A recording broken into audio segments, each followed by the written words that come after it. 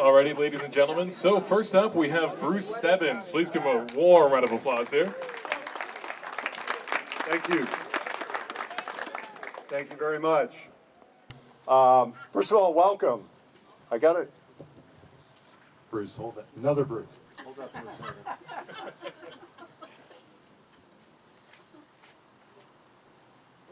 All right, I'll smile. There you go. Here we go. Oh, you didn't say abduction, round off and release. I have to introduce myself because apparently Dave Lang was too busy. So here is my brief bio. Bruce grew up in East Long Meadow, enjoyed being a PKSS student from ages 3 to 11. In high school and college, Bruce returned to Pine Knoll as an M&M, a field and swimming coach for a total of 8 years. Prior to joining the 1996 Olympic team, nobody caught that.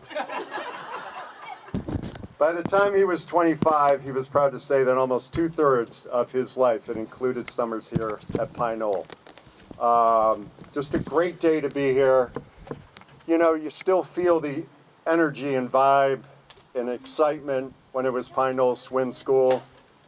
You picture a Wizbicki coming out of the apple orchards to come to work, or a Kubera crossing the soccer field. You might even hear, if you pause long enough, Dick Gray yelled, "Line up!" before he went down to flag raising. I still hear Coach's voice. It's not a problem, it's a good thing. And, you know, he'd be standing over by the corner looking at me, burning brush down in the soccer field, and he would be like, "Bruce Stebbins, what are you doing?" And I'd reply, "Coach, I'm trying not to burn the camp down." And he'd be like, "Okay, good job. I'll be back in a few hours." But the first person, are your shoes tied? Okay, you're ready. All right, I can now introduce Sue. Sue didn't need a name tag. We told her we didn't need a name tag. It got stuck to her armpit. We told her she didn't need the name tag. But chances are, if you attended Pine Knoll anywhere from the age of 3 up, at some point you had your arms wrapped around Sue's leg. I'm proud to say I also did that, and it's okay. Sue has been an educator, an advocate, a mom, a daughter, a wife. Her energy around making sure we never forget the legacy of Pine Knoll and the legacy of Coach Sylvia and Ruthie has just been immeasurable. So with that, I'm going to play microphone stand and invite Sue up to say a few words.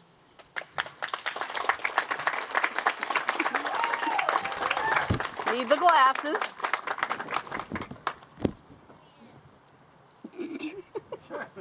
Can you hear me? Oh, good. Well, Bruce welcomed you, and we're so happy and grateful that you're here today.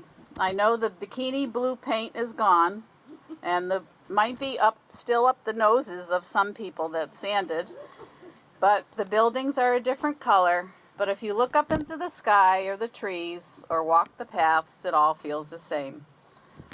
So the idea of naming this beautiful pool began back in October of 2019 when Dave and I presented a slide presentation on the history of Pine Knoll Swim School, along with my father's accomplishments, to the East Long Meadow Recreation Commission. From there, through the support and hard work of the East Long Meadow Rec Commission and the Town Council, it was approved May of 2020 that this pool would be named after my father.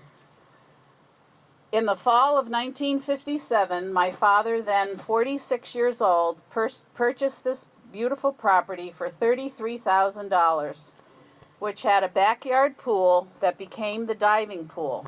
The walls were built up to make it deeper, thank goodness.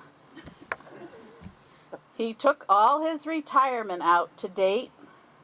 He borrowed $10,000 from Dr. Robert Emery and $10,000 from Dr. John Priblo on a handshake and promised to pay them back.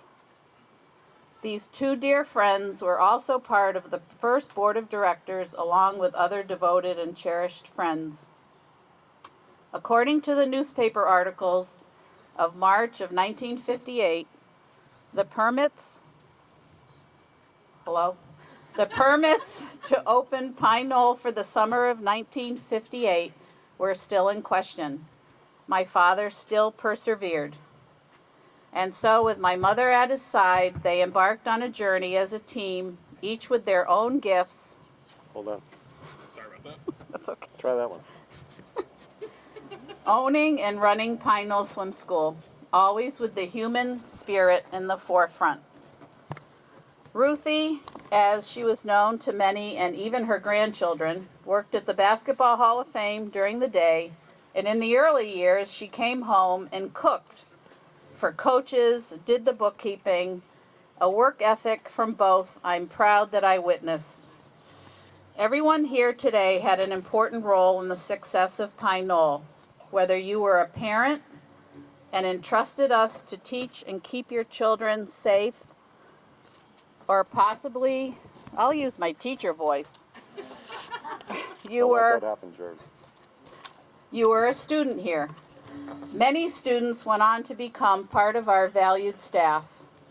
Many of you were on my father's swim team at Springfield College, and some of you were on Dave's swimming team and diving team at Westfield. There are some in the audience that were here our very first season in 1958. I would like them to please raise their hands. Charlie Gray, Dick Gray, Jim Walsh, Kathy Cameron Farrell, and actually one of the pictures that you'll see on the slideshow and in the memorabilia albums, which is actually the same pictures, you'll see that picture. I was only 5 then, and I didn't realize what a backyard I had. Some of you we know from our shared passion for swimming or officiating swimming, and as a result, a strong friendship was formed. Others here today helped us behind the scenes, shared their skill and their expertise needed for us to be successful. We also have friends here today that we met after Pine Knoll closed and were an important part of our new chapter. And finally, we have new friends that are loved ones of those here today, and I hope you make some new friends today, too. To prepare for today, I have been up here many times since the spring. Every time I'm reminded about some of my childhood memories. I will share a few with you. Hold on a second. I'm sorry about that. Yeah, we're going hardwired. I'll take that. Sorry about that. I've been relieved of my duties. No, you're not. No way. Is that on? Is this on? Yeah. Okay. So, my religious education began right here. As many of you know, my mother had abundant faith and love of her church. In the early years, there was only one driveway, the one that you're going to drive down. So you had to drive up and down. You had no other choice. That one wasn't even built yet. So, in the ice and snow, as my mother drove down, navigating the angle and the weather, with me in the front seat, no front seat belt, no car seats then, as we know, she would firmly say, "Pray, Susan, pray." Which, of course, I did, the dutiful daughter. It surely worked as a few times because we slid right onto Allen Street. And by the grace of God, as my mother would say, no one was coming. So growing up here and swimming competitively myself, I lived the phrase, "It takes a village." I had many teachers, coaches, some are here today, other than my father. I think he planned it that way. As a child, I remember Mrs. Deering, Roger Necton, Ralph Waldo. As a competitive swimmer, Coach Smith and Coach Tom Grawl helped me to develop as a swimmer, and I'm so appreciative. I swam for many swim teams, always reminded by my father that you swim the way you were taught here, but you be polite if they correct you. Also, as a teenager, Willard Brown would even take me driving after I had my permit. Let's just say he prevented me from taking down several mailboxes. He actually grabbed the wheel one time. In the later years, we did all the cooking here for boarding students and live-in staff. One Saturday, when shopping for food for the week for 50 to 60 boarding students, another staff member who was then a teenager, unfortunately, they couldn't come today because of the impending storm, and the bridge at the Cape is going to be closed, so they made the right decision. Well, we arrived at BJ's 30 minutes before they closed. We each had a thing. They knew what we were doing. They were like, "You're never going to get this done." Well, let's just say we looked like contestants in supermarket sweepstakes. She and I laugh about this to this day. We managed to get it done. We had joyous times here, challenging times, and life-changing times. But through it all, the constant seemed to be the need for joy and humor. The ladies in the office would often share some of their phone calls they received. I wish they had written a book now. My mother's favorite was, "Do you swim during electrical storms?" My favorite was the parent, after I explained the teaching technique, a non-traumatic approach, the student-teacher ratio, was very, very low. "That's wonderful, and you have such a small staff-student ratio, but I want to know how high your toilets are." True. In later years, we decided to have a talent show with the staff only. That was our end-of-the-year party. Many of you here today participated in that. I didn't realize how talented and creative everyone was. We practiced, Dave and I were in it too, and the need to have fun together after working so hard all summer. We had acts such as Johnny Angel, the dating game, dancing, lip syncing, the Secret Service. Were you the president? You were. Bruce was in charge of that group. And of course, Dave and I got talked into being Ike and Tina Turner. Lip syncing Proud Mary. But after they dressed us all up and everything, we came out, but our backs were to the audience. So when we turned around, the look of horror at first, I think it was more like, "Gosh, we respected you people. You're our bosses."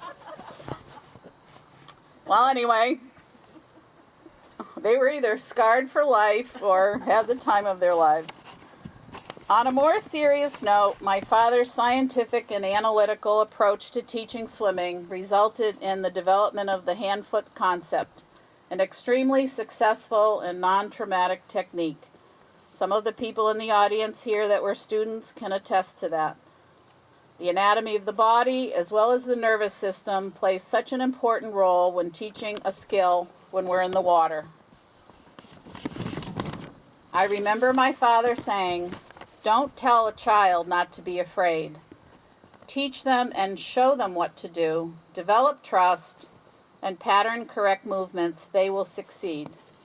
I still teach in my backyard pool with the Sylvia egg. And I think that kickboard, how old do you think that is, Dave? 40 years old? It's better than the new ones, I tell you. I watched both of my parents help and guide people of all ages and walks of life. Some swimmers even lived with us. Many of their lifelong friendships were formed this way. I can't think of a better way to teach empathy and friendship. So I'd like to conclude with this poem, Ripples by Danielle Dobie. When you create a difference in someone's life, you not only impact their life, here. Oh, gee, sorry. You, I'll be all right. You impact everyone influenced by them. Okay, Bruce. You got this. Throughout their entire lifetime. Entire lifetime. Okay. Don't stop now. You got Okay. this. No act is ever too small. One by one.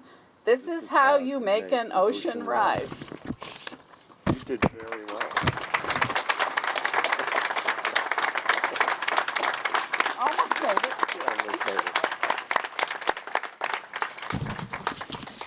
Thank you, Sue.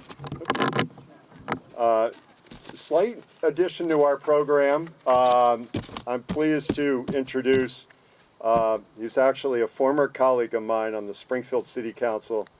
He has been a longtime public servant, legislator, representing Springfield, and surrounding communities, in the State House in Boston. I've always enjoyed his passion for public service. I'd like to introduce our state representative, Representative Angelo Pupolo. Thank you. Thanks, Bruce. Good friend of mine, certainly on the city council. We agree with a number of things. Not always, but we agree with a lot of good things. And Bruce always did his homework, and I'm glad he's still working in the Commonwealth of Massachusetts. Speaking of which, I just want to also recognize a colleague and dear friend, former State Senator Linda Malconian, who's here, who actually was a student here, graduated, and went through the programs here. So Linda, thank you for being here as well. Sue and Dave, I want to thank you for the invitation to be here today. And certainly I want to thank everybody that is here as well. It's a great day. Certainly everybody here doesn't forget the coach, and you know, believe it or not, a long time ago, I was here for a session in the summer. I don't remember exactly everything we did swimming-wise. I do remember the fields in the back, but I do remember two things. Despite what I ever ate here, I came home very tired and exhausted and hungry. And I remember my mom would make me peanut butter sandwiches. I don't know why I remember that, but I was sitting here, I do remember that, you know, but that's a long time ago, but we had fun. My sister and I were here. I know my cousins were here as well. They came, I think, a few sessions. But when you think about the number of students and the number of people that have came through here and have learned and certainly been affected by Coach Sylvia and all the staff that has been here, it's amazing. You know, they weren't just, you know, making athletes, if you will, or teaching people how to swim or play in sportsmanship and all that. They were making fine, decent human beings. They were making kids, you know, develop into adults. They were teaching people how to not only play sports, but how to be a sports person and make sure that, you know, whether you won or lose, it's really how you played the game and how you ended up at the end, not basically how you started. And when you think about all of that and the countless amount of people that came through here, it really is an honor and privilege for me to be here today and to see so many people here and a few of the people that were here from day one. So you guys deserve another round of applause, going back quite a while. Before I present an official citation from the Commonwealth, I do want to say a couple things. You know, if you look at the beautiful program, the bound booklet, and you look at it and you read through it and you see some of the tributes in there to Coach Sylvia, you know, I think, you know, there's a few words that sum this up perfectly. And if you look at it, the coach with the golden touch, right? I mean, that sums everything up, I think, even more so. But the other four words, you know, gentleman, scholar, educator, and coach.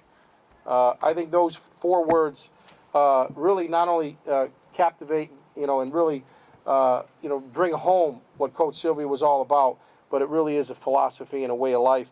And honestly, we should and we need more people today with those attributes. So certainly it's great to be here and recognize the coach on this naming ceremony and this beautiful pool and everybody to be here today as well. So with that, I've got an official citation from the Commonwealth of Massachusetts. Deb, why don't you guys come up? Sue and Dave, come up.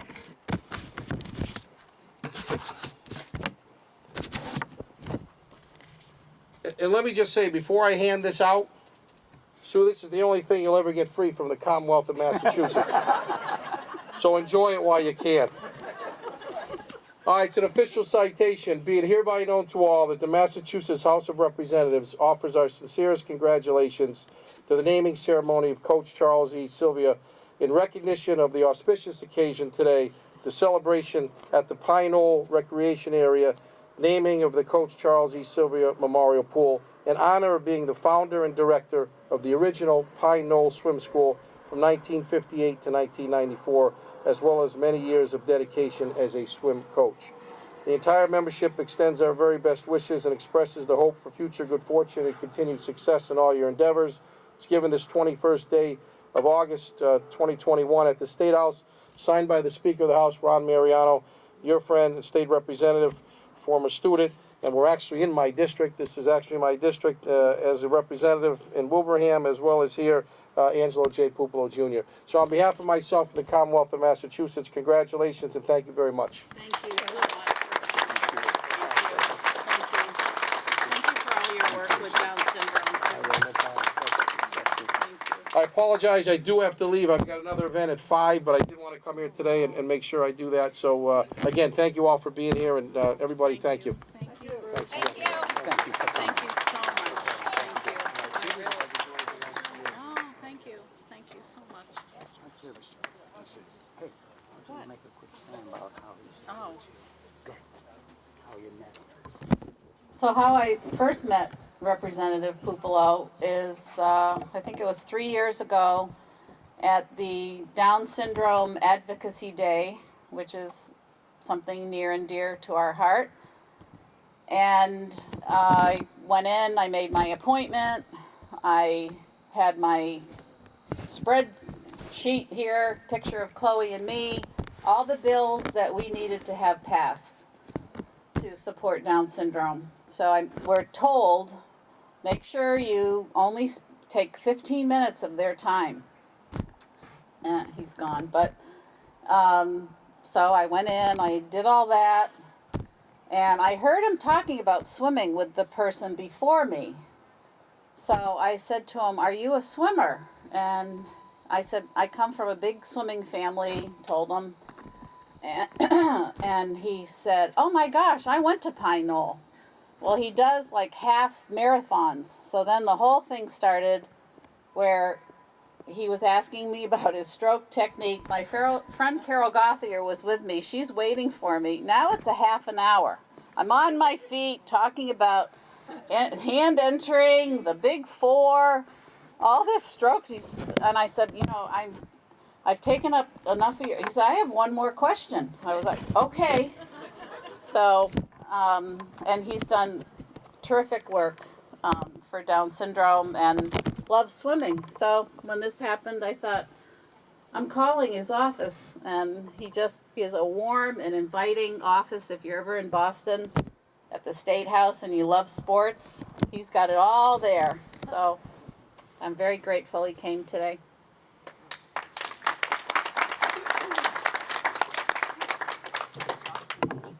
Thank you, Representative Pupolo. I think we have to jump around a little bit. I'd like to invite Larry Van Wagner, I think, up to the podium for a few comments.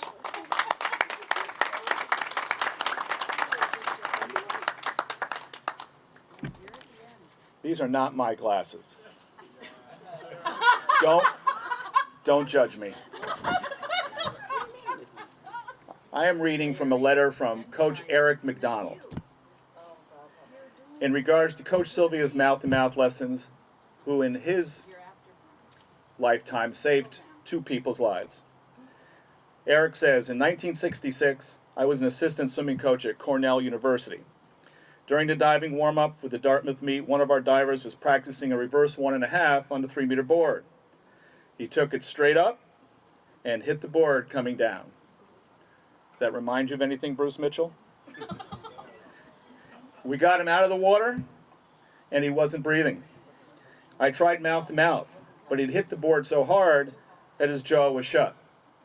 I proceeded to give him mouth-to-nose resuscitation, and eventually he started breathing on his own. In a second incident, his second life-saving occurred in 1968 during a faculty dinner at Hamilton College. One of the faculty members collapsed on the floor. No one around him moved, and I could see he was turning blue. No air was getting to his lungs, so I opened up my right hand, H-A-D, Eric, right hand wide, and placed it on his sternum.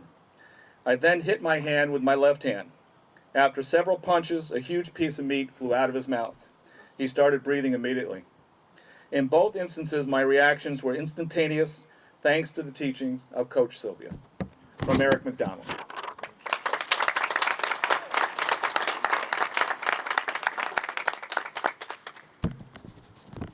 Thank you, Larry. I'd next like to invite up Brian Lang for a couple of quick comments. This isn't your full introduction yet, so please be prepared.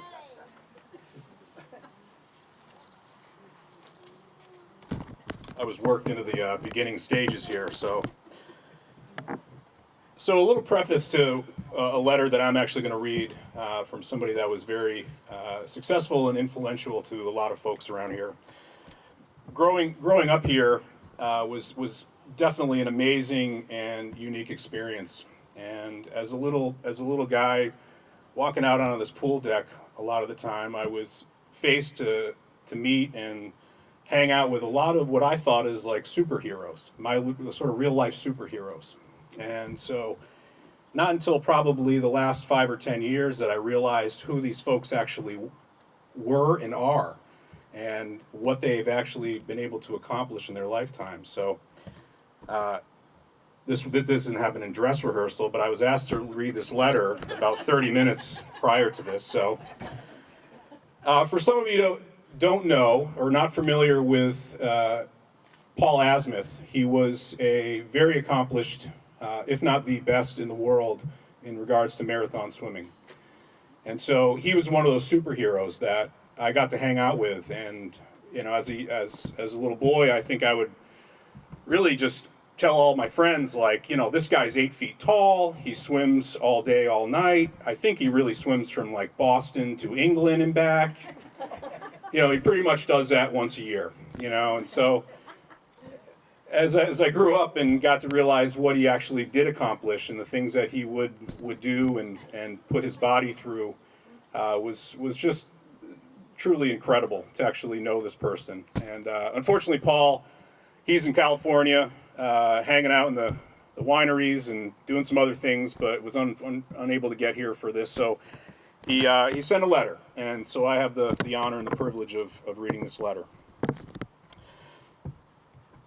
Congratulations to all who made this pool and dedication possible.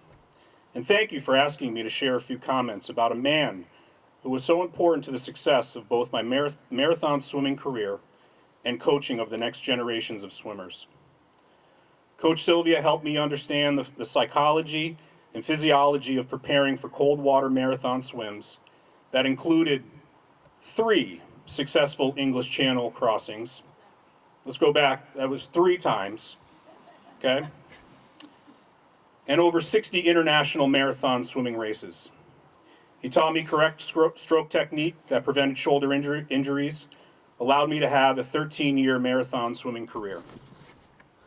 During my years of receiving this kind and gentle teachings, I also remembered his sense of humor. In 1986, when he helped me coach, when he helped coach me and become the first person to ever swim across the Nantucket Sound from Nantucket to Hyannis Beach, besides his loving comments of, "You're doing well, Paul, keep it up," there was also, "I don't care what side of the boat you swim on, as long as you don't swim back." But the most important thing that I've learned through coaching Olympic, world champion, and novice athletes is he coached me in a way that I've learned how to pass his knowledge along to others. Passing along his expertise of proper swimming preparation and technique is his true legacy. The 50-plus college swimming coaches that he educated and the multitudes of athletes and coaches that they trained is an incredible number that continues to benefit the swimming community around the world, and one of the most important reasons that we are all honoring Coach Sylvia today. Thanks, Paul.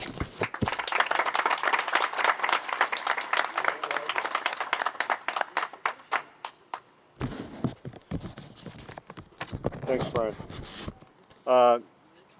Somehow, I now have to introduce Dave Lang, because He was too busy before. Anyways. Did I give you a bio? Vial? A bio? No. No, I made mine up. So Dave Lang, obviously Springfield College accomplished diver, longtime coach at Westfield State. In those early years, as many of Coach's students came here to work. In later years, a lot of Dave's students came here to coach and work. Dave is also known for being the Folgers coffee drip sound effect through the PA system around the pool deck. I can vouch for his quality diving instruction. After one session over at the Old Boys and Girls Club, Dave said, we're gonna go off the diving board. I think we put 3 Sylvia eggs on me. You walked me out to the end of the diving board. I said, now what do we do? Bloop. I don't think I actually got under the water, but it was my first time off a diving board. So I was doing a little research on Dave. I was like, there's got to be more about Dave that I can say than that. There's actually a website called Rate My Professor. Oh my God. So, Rape? rate, R-A-T-E, my professor. So I thought this might be interesting. I'll share with you the comments I can share in public.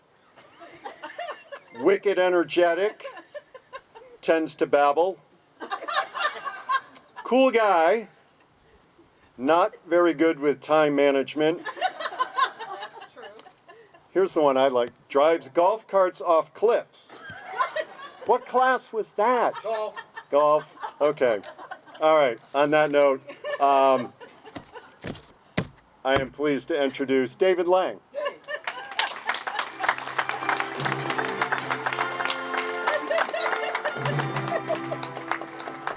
Oh, geez.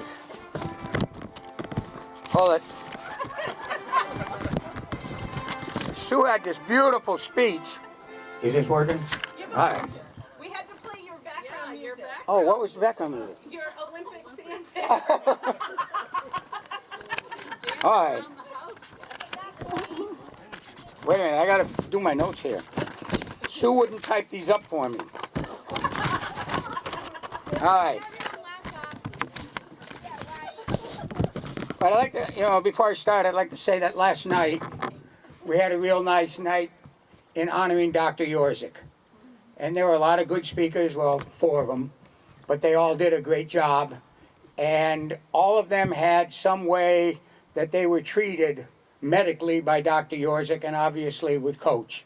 And many of your swimmers in the audience knows that we were all taken care of pretty well. And I remember my freshman year, I perforated my eardrum doing a dive and didn't think it was, went back to my dorm and so forth, and then it really started to hurt.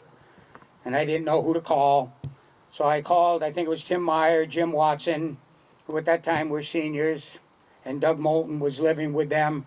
And I said, what do I do? And I think it was Jim Watson said, give me a minute. And I know he called Coach, and they said, I'll be over and pick you up. We're going to Coach's house. And I got here, and who else was here but Dr. Yorzik? And he took one look in the air, and I won't say his expression, but he said, yeah, that's bad. And so, we're there, and I said, well, now what do I do? He said, let me make a phone call. And he said, tomorrow morning, and this would have been, I believe it was a Saturday morning, you have an appointment at 8 o'clock with Dr. Goldberg. And I can't think of his first name. Sheldon Goldberg. And he said, don't be late. And I went and saw this guy, Dr. Goldberg. He looked in, he said, okay, gave me the drops, said, you're going to be out of the water for a couple of weeks, but I think you're going to be all right. You're going to live.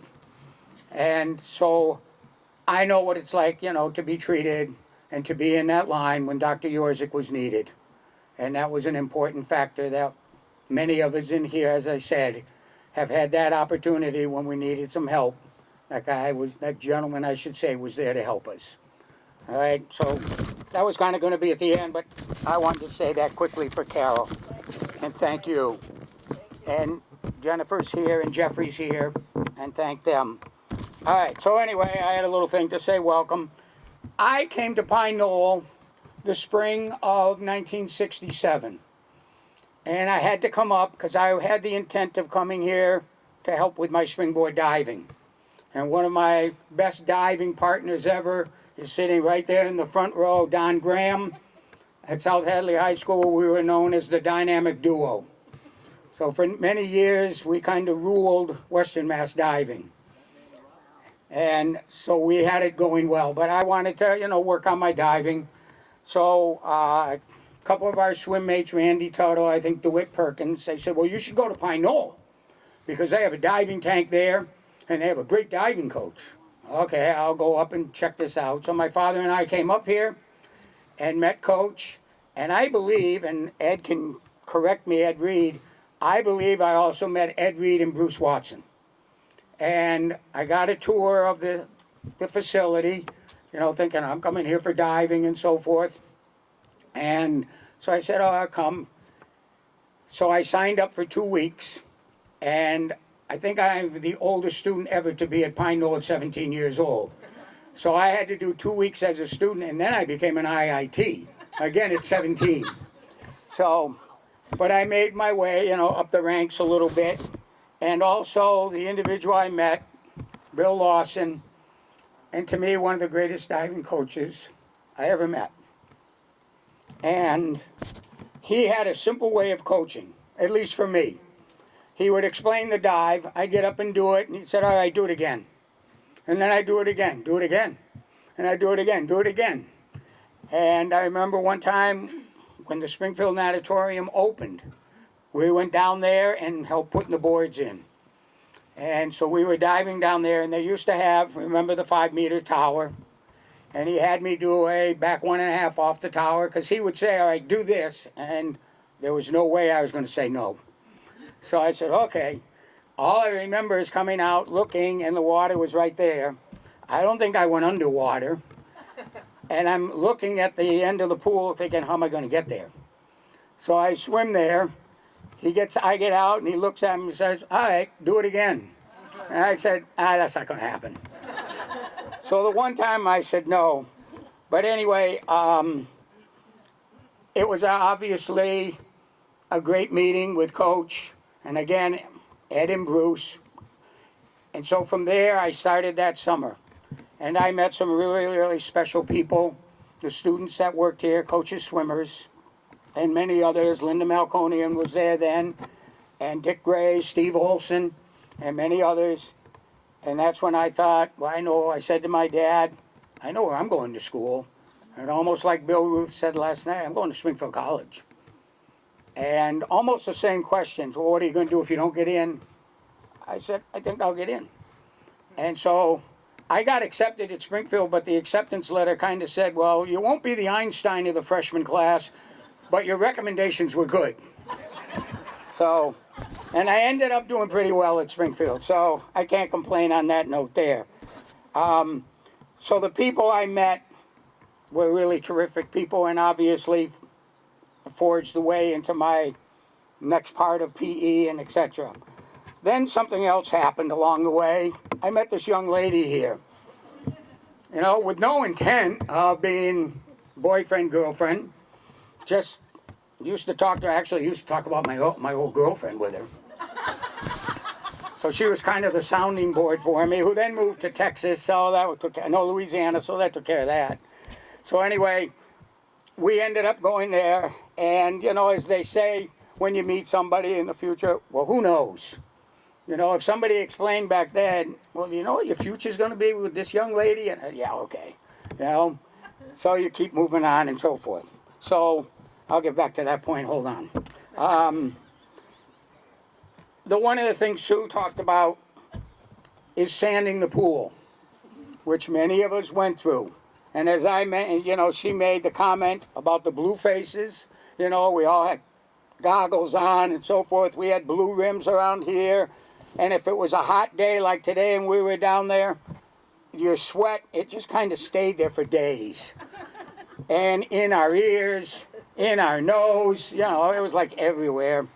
And of course, we always kept thinking, there's got to be a better way. And there was not a better way. We talked about, how about sandblasting? And Coach thought, yeah, you take the whole wall away. And so the year we sold this, what did they do? John Whalen at East Long Meadow, they power washed it. I said, why didn't we think of that? So anyway, but that time was already done and the memories were already there. And the one thing I say is for all of you that did help paint, when it was done, before we filled it with water, I think we all either stood down here, because you know, remember the pool went that way, or we went up on the hill and we looked down and it was just beautiful. And we said, wow, what a great job we did. You know, Memorial Day was the day. The pool had to start being filled on Memorial Day. And that's what we did. And I was thinking, how much masking tape do you think we went through in 37 years of painting that pool? You know, and it's just mind-boggling. And then another thing I will point out, which helped, is that Coach was obviously very meticulous about painting. You know, when we did the edge, the coping part, you had to have the cardboard there so nothing got on the deck. So everything was perfect. He mixed the paint in the witch house. It was just, everything was perfect. So one time, we're painting, we had the old diving standard, and I bring my bucket out, because I was going to paint the diving standard. I put it down on the cardboard, and what happens?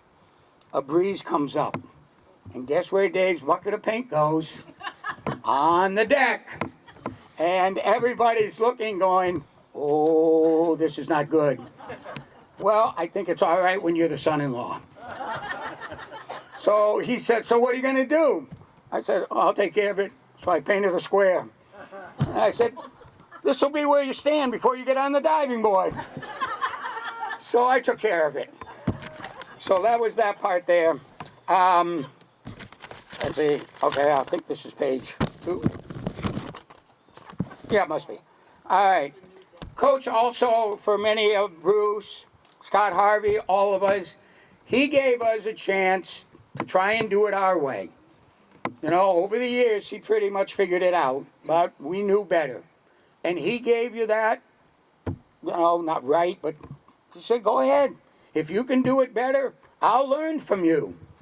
Well, I don't think he learned much from us because we kept going back to his way. So, and another comment people would make is, why does Coach have 2 of everything? 2 hammers, 2 saws. You went down in the garage, 2 of everything. Well, that's because we never learned how to put tools back. So there were a lot of tools all over the place. But he tried us to do it. And one of the things I've tried to carry on was after you're done with a job, clean up, get it done, put your tools away, and wait for tomorrow. Instead of saying, oh, I got to do the work tomorrow, I'll clean up. Well, something might happen before then, so finish the job. When I first started here, I got to stay in Birch Hall. I never graduated to be in the middle office.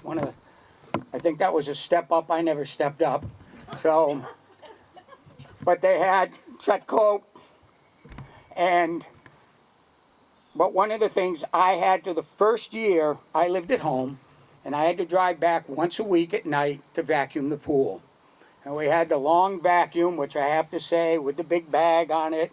I am proud to say I still own that vacuum, and I still own the bag. And I have used it in my little in-ground pool a couple of times. And then Coach bought the Queen, all right, which is the electric one, which everybody uses now. And so, you know, we learned to use that, and I think, what was his name, Ray Brock, I think he was up here more fixing the thing than anything else. But it was a big thing. When it got plugged in, you did not go in the pool, all right? So everybody, you know, you get electrocuted. So one night, you know, we had the cookout area up there. I'm walking down, and there's somebody swimming in the pool. It was Dr. Robbins, okay? And the dentist, and I'm going, whoa, he's not supposed to be in there.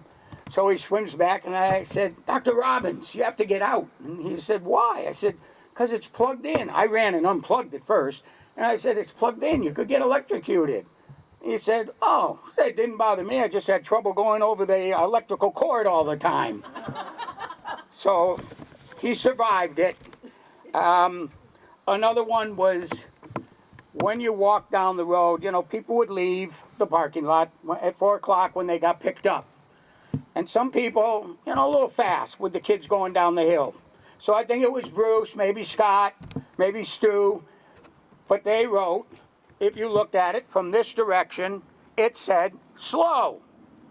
So, but it was right at the end, so if you came out of the office and walked up the hill, it didn't say slow. What did it say? What did it say? Oh, Mo 75.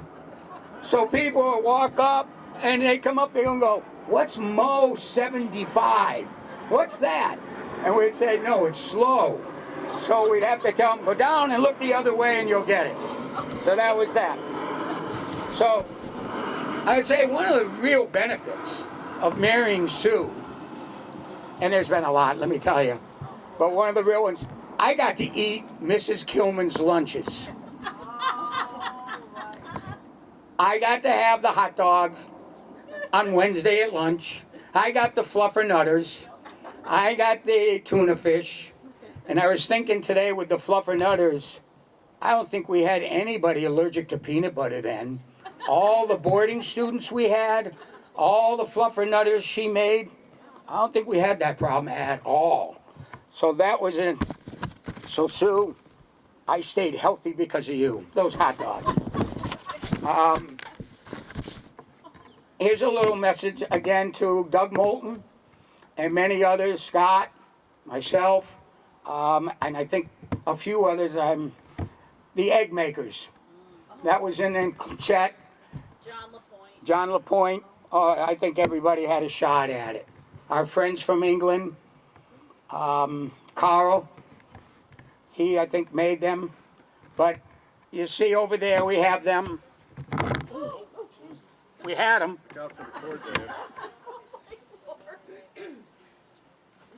And we've been able to keep a couple with Coach's name on it.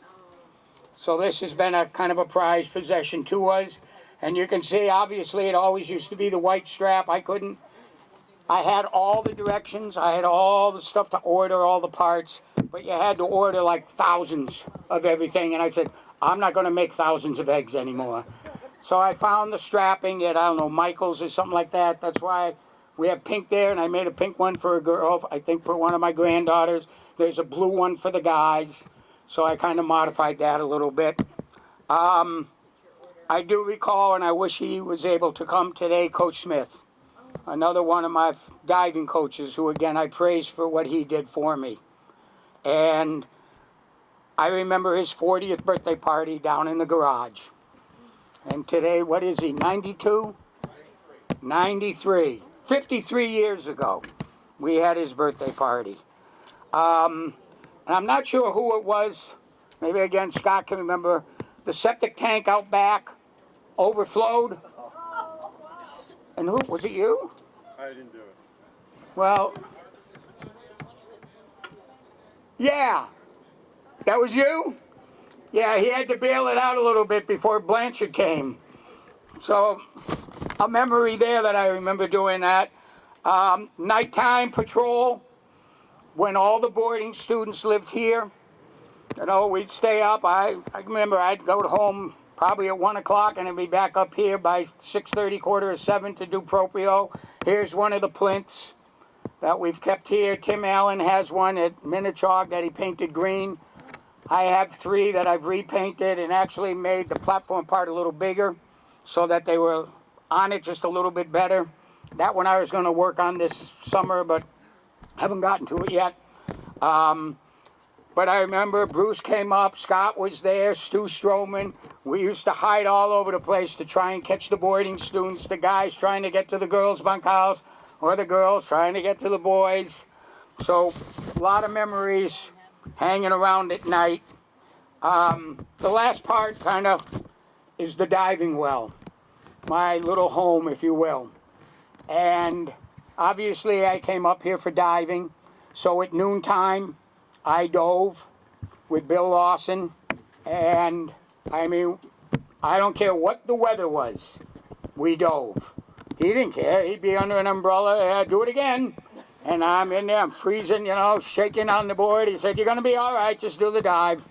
And so I know what it's like to train when it's really, really cold, windy outside.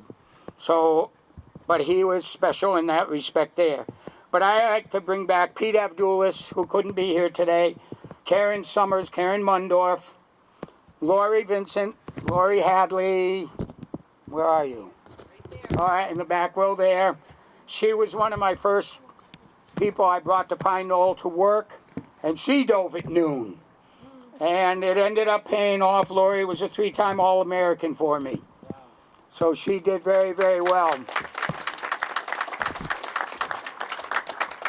And then Bill Nugent, he was at Chicopee Comp, and I remember the day we were doing some diving, and I was I think at that time I was more the coach. And he's jumping up and down. He goes up, and I said, this is not going to be good. And he lands on the wall. But on his feet.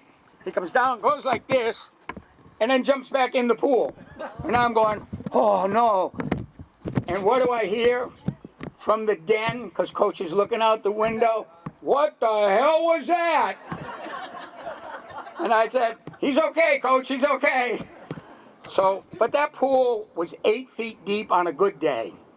And then you all remember how we put the plexiglass wall around to make it 8.5 feet. That was going to be a difference. But we definitely learned to go in the water, and you see, like if you watch the Olympics, you saw how the divers went in and boop, they never go to the bottom. And that's what we learned to do here. You learn to save dives real fast. And it's always interesting. And we had another young lady here, Lisa Gentile, and we put the diving board up, and we were getting ready for the diving board. Everything was ready. It was filled with water, but we didn't attach the bolts. And what does Lisa do? She was going to walk out because she was going to skim the diving well. So she walks out on the board, and I yelled, Lisa, don't go. In goes Lisa, in goes the diving board. So we're thinking, oh, here's another one. So she's in there. I said, are you okay? Yeah, I'm okay. I said, well, you put it in there, you get it out. Oh, this board comes lifting out of the water, and a couple of us came over and pulled it out. But that was, I had, it wasn't Kim, but, well, Jennifer was part of the Little Day competitive group. Do you remember? Where's Jen? Remember the group we had? There was you, Robin By, Kathy was Vicky, and we did more little stuff in that diving well. So we had a great time there. So I think I'm at the end. Isn't that good? All right. I have to end on one thing. If we still own Pine Knoll, I can hear this gentleman over the pool intercom, and if my 2 grandsons worked here, all I can hear is, Caden Lang, Michael Witowski, what are you doing? And that would be what it would be. So thank you all, and thank you all for being here. Very special.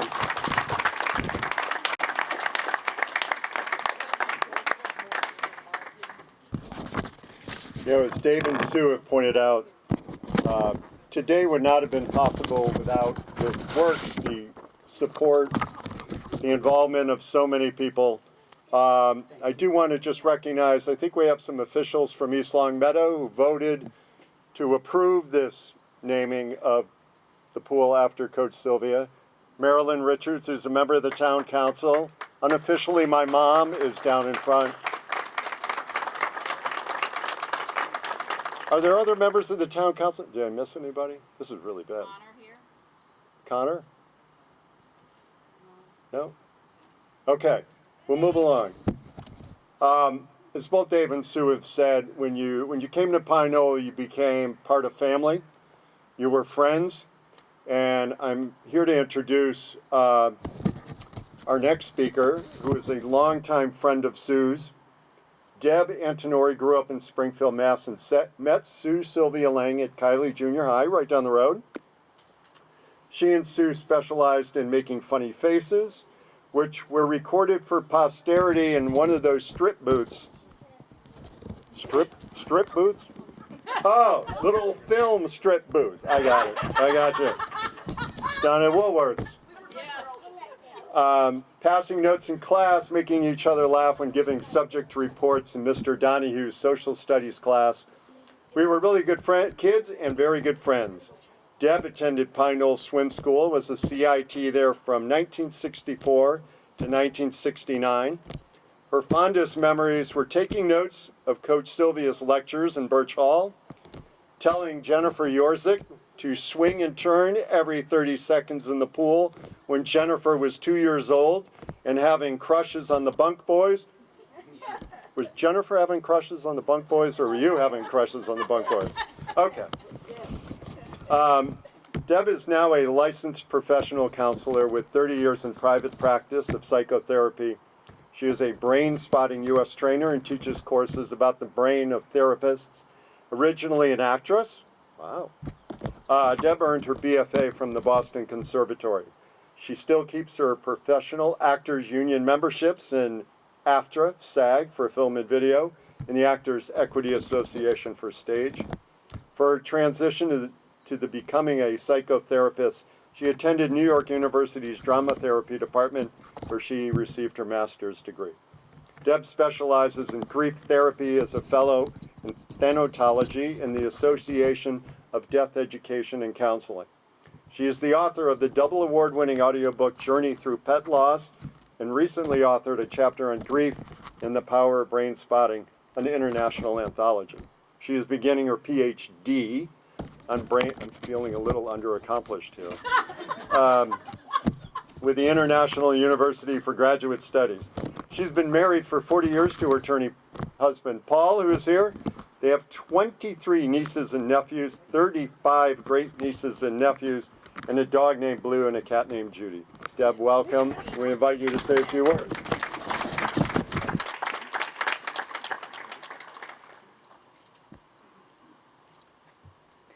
Thanks so much. My heart is really just overflowing being up here. I haven't been here in a long time, I think since almost the 80s. Just the memories and the importance that Pine Knoll had and continues to have for me, and of course, my friendship with Sue. You are my sister friend forever. And afterwards we will make faces and funny noises, and you will see what we're really like. Yeah. My story is about my father, who had his survival training for the Army Air Force for World War II with Coach Sylvia. So he had that water survival training, and before they went over to England, they were stationed in Florida for a while. So he and a fellow who did not know how to swim went to the beach, and my dad, the other fellow stayed on the beach, and my dad went in the water and just, he's swimming and turning over and floating and enjoying the sun. And for quite a while, and all of a sudden he looks up, and unlike being at Cape Cod, there were no big dunes like there are in Wellfleet to mark where land is. He didn't know where he was. Where was the land? So he had been trained as a navigator, so he had his wits about him with where was the sun, and he had his wits about him with knowing how to swim a bit, float some, not get upset, and he finally saw land and swam back in, and his friend was out of his mind. It had been a long time. He said, "I'm never coming swimming with you again." My father said, "Well, you don't know how to swim," but anyways, I probably would not be here if it weren't for Coach Sylvia. That before he went over to World War II, went over to England, where their mission was going over and bombing in Germany. And I would ask him, who were the gunners? And he said, well, we were the gunners. I was the navigator, and that's what I would do then after I navigated.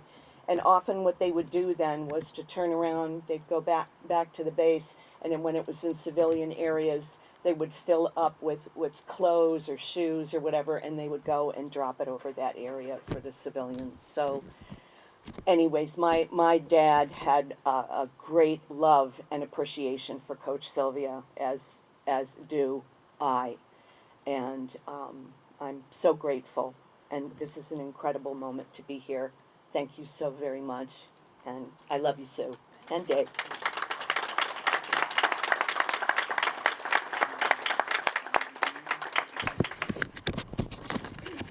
Thank you, Deb. Our next speaker is Jen Yorzik. I think Jen and I actually might have been here at the same time now that I think about it. I think your brother and I swam together. Obviously, Jen is the daughter of the incredible Dr. Bill Yorzik, and as I read, the only male gold medalist in the 1956 Olympics in swimming. Some other guys named Spitz and Phelps have also done pretty well in that category, but her dad set the mark. Jen, I would say from what I read, has also earned the title of coach. She is a functional food and fitness coach. She uses her healthy path to help all of us, especially women, focus on that body, mind, and spirit. She is a global business leader. We're happy she could join us. Jen, you want to come up and say a few words?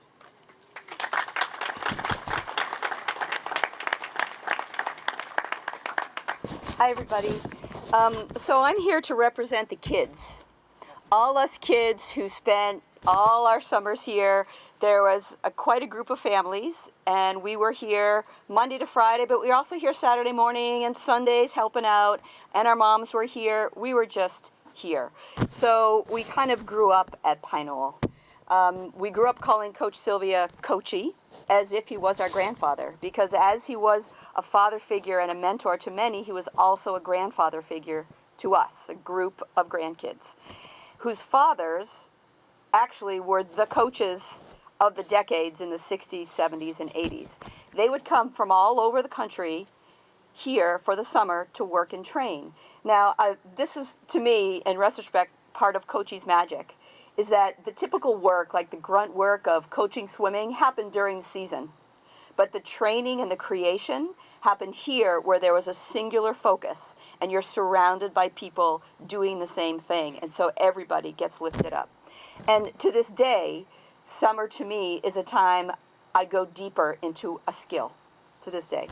So as children from ages 2 and up, because obviously I was here at age 2, these were the summer days that shaped us. And I'm going to read a section now that actually we're still in contact thanks to Facebook, a lot of us, and we kind of brainstormed together what these days were to us and what they have meant to us as adults today. So a lot of this comes from something that Sue Samuelson and I talked about.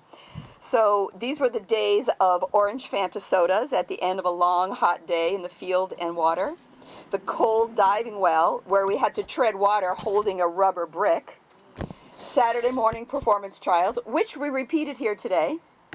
The Witch House, Birch Hall, Pine Lodge, watching old real movies of Murray Rose and Bill Yorzik, while Coach brought the technique to life through the physics of Sir Isaac Newton's law of inertia and Archimedes' law of levers. And we absorbed physics of swimming unconsciously, because we were little. We were sitting on the benches, little kids, like doing figures on each other's back and tickling each other, but it just all came in.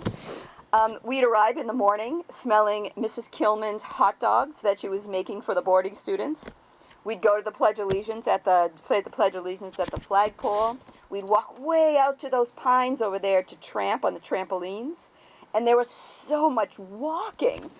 Now the distances seem really small, but they seem really long and hot back then. There were Irish setters everywhere, German shepherds everywhere. There were homemade batting tees, and teenage swimmers were always bunking in our homes. So not only were there bunkhouses here, they all came home with us. We always had four swimmers sleeping in our basement. Huge thunderstorms, PKSS bathing suits, really good people, positivity, strong self-esteem, the infamous egg, the plinths and the bungee cords, the bikini blue painted everywhere, black rubber diving rings that they'd make all age kids go in after, pig roasts to mark landmark birthdays, and being able to name every major muscle in your body by age 4. And to this day, thanks Sue Lang for that. I still have a memory of sitting on the pool deck with her. And Coachy's presence was everywhere, stopping at the side of the pool at a 4-year-old and saying, Recite the big four, and they would. Or walking behind you and doing the trapezius twist. Anybody remember the trapezius twist? Yeah, I think we should practice on each other later today. Hours and hours of swimming, and multiple swimming classes of multiple ages going on at the same time in the pool. Because if you were really young, you had one adult to one swimmer to give you trust and confidence in the water. You were never, ever felt in danger. And then progress. Saturday morning trials were all about measuring your own progress. But most of all, this is what Sue and I talk a lot about, Sue Samuelson, most of all, it was lots of love, smile, and giggles. We were a community, and I heard that in so many different talks today. I mean, we kids even formed a group and call ourselves the Charlie Brown Gang. We had t-shirts printed. So the Gralls, the Lawsons, the Samuelsons, the Yorziks, the Smiths, and the Sangalese. Multiple years of pictures by the diving well. Chest up, tummy in, chest out. Multiple years, all lined up in order. We were surrounded by Olympians, multiple Hall of Fame inductees, channel swimmers, inventors, creators of cutting-edge swimming equipment, men who created the Nowie dive tables, men who testified before the Senate subcommittees on supplementation in the 60s. I mean, all kinds of areas. And we absorbed all this. To us, life was like this for everybody. Everybody grew up surrounded by this. And we've realized that what we are really taking in was a model of creating a big life, a life with impact, a life of excellence on our own terms. And from us, in this way, Pine Knoll lives on. The coaching, the counselors, the caregivers, the moms, they leave our legacy through us and through our children. My children learned to swim with an egg. My children almost know the big four. It lives on through us. So I thank Sue and Dave for bringing us together so we can remember all this. So.